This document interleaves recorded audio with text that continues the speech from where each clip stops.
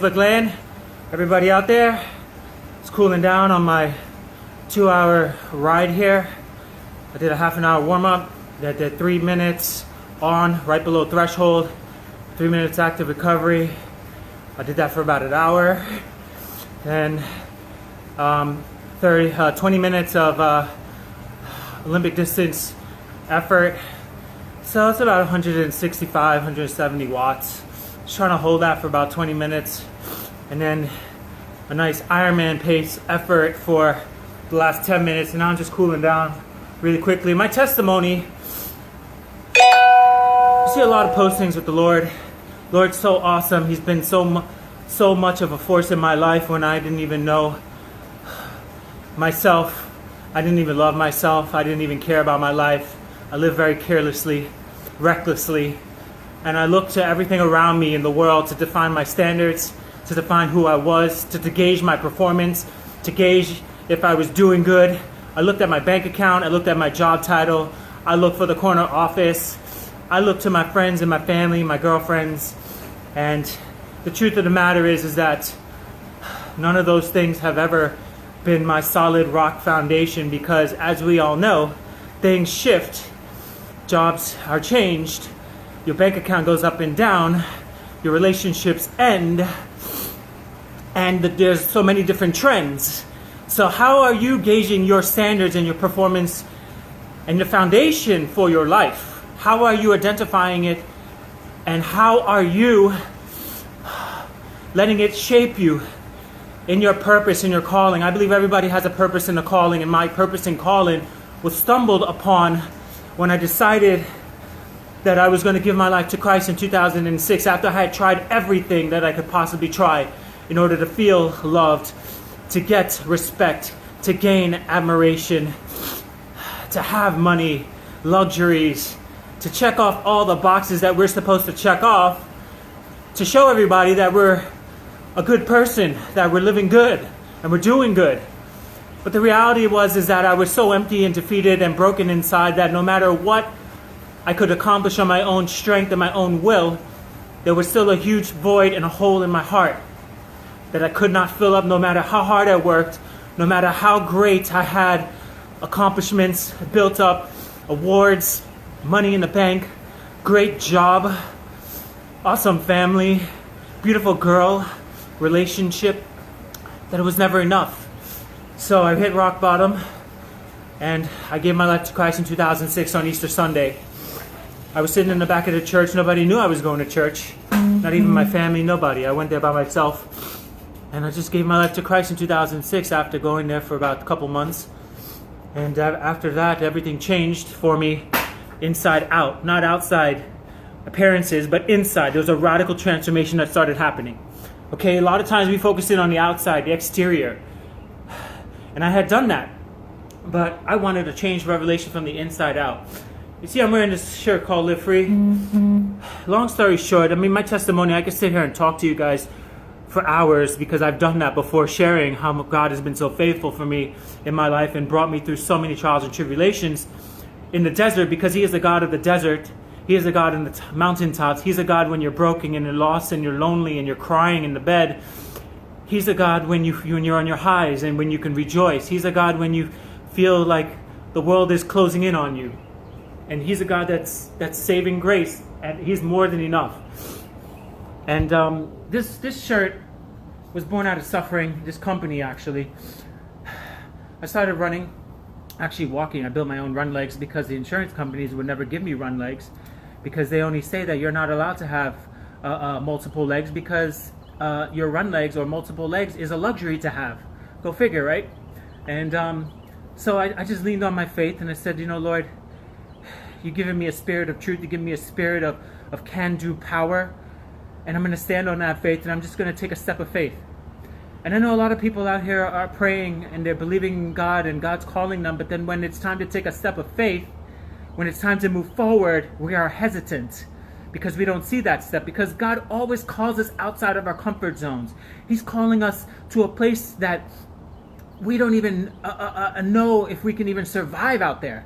But yet He calls us there, and yet He says in His word that His grace is sufficient and will sustain you. all the days of your life, no matter wherever he calls you. And no, you know those happy sayings of, oh yeah, God will never give you more than you can handle. Well, yes, he does give you more than you can handle. But he gives you the strength, and he's there with you when you think you can't handle it. He's with you. Because where your power is shown up, it showed up in your weakness. It's not when you have everything all together. So I started walking, and I started putting these legs together. And I didn't have any of the pieces together, but I just started in faith. And I started and I kept on going. And I was crying and I was running. And I was crying and I was running. And I was in so much pain because I didn't have the right run legs. But I was leaning on my faith. And I said, God, if you can do this for all these other people, why don't you do this for me? But yet I kept on day in, day out, kept on trying, kept on leaning on his faith, kept on standing on his faith, kept on running. I would come home and my legs would be full with blisters, and I would have to do surgery and drain my blisters out. And then go and show up to work and try to survive and live a normal, everyday life like everybody else and keep up with everybody else. Even though my legs were killing me, even though that people are singling me out because I am physically, outwardly, apparently disabled. Right? But I kept on leaning on faith. And then one fateful day when I was crying and the rain was coming down, and I was, thank God, the rain was coming down. We call it blessed rain now. But in that moment, I just said, Lord, I just yelled out, I said, Lord, I just want to live free. I want to live free from all these bondages. I want to live free from all of these strongholds. I want to live free of all the insecurities and the doubts. And then that's when this was born, this company. This company has taken me around the world. It's touched people's lives. I've spoken to people in prisons. We've donated so much money and care packages to orphans in Mexico and Trinidad and Europe. I've been to South Africa, help people out there too. We continuously help people in South Africa, donate to churches, donate to schools. You don't hear about all of that. I don't post all of that. But I silently give to all those kids in Africa for the education, for the schools. We silently tithe to schools, disabled schools that need help. I don't promote all of that. I'm not doing that to win the applause of everybody, to say, look how great I am. I do it because it's awesome sacrifice, and I do it because the Lord Jesus has saved me. And that's why I do what I do. That's my testimony in a nutshell. I'm going to go and do my other job now after I'm done riding my bike here. Where's my bike? Can you see it? I don't know if you can see it. Oh, it's over here behind this thing. So I'm going to work my other job now, and I'm going to get the day cranking. And if you want me to come and talk to you, if you want me to come and talk to your school or your company, I promise you I won't Jesus to you to death, but I will show you through salvation, through grace, and through my works that God is still alive and he's still healing people. He's still rescuing people. He's still lifting the fallen. He's still healing the brokenhearted. He is still on the throne. No matter what this world is going to throw at you, he always, always, always is causing things to work together for your good. Always. You can stand on that promise and you can trust him because he's a good God. You might not like what you're going through right now. You might not appreciate the valleys, but remember, he is the God of the valleys. And in the valleys, in that suffering, in that sacrifice, he is perfecting you so that you may be strong, lacking nothing.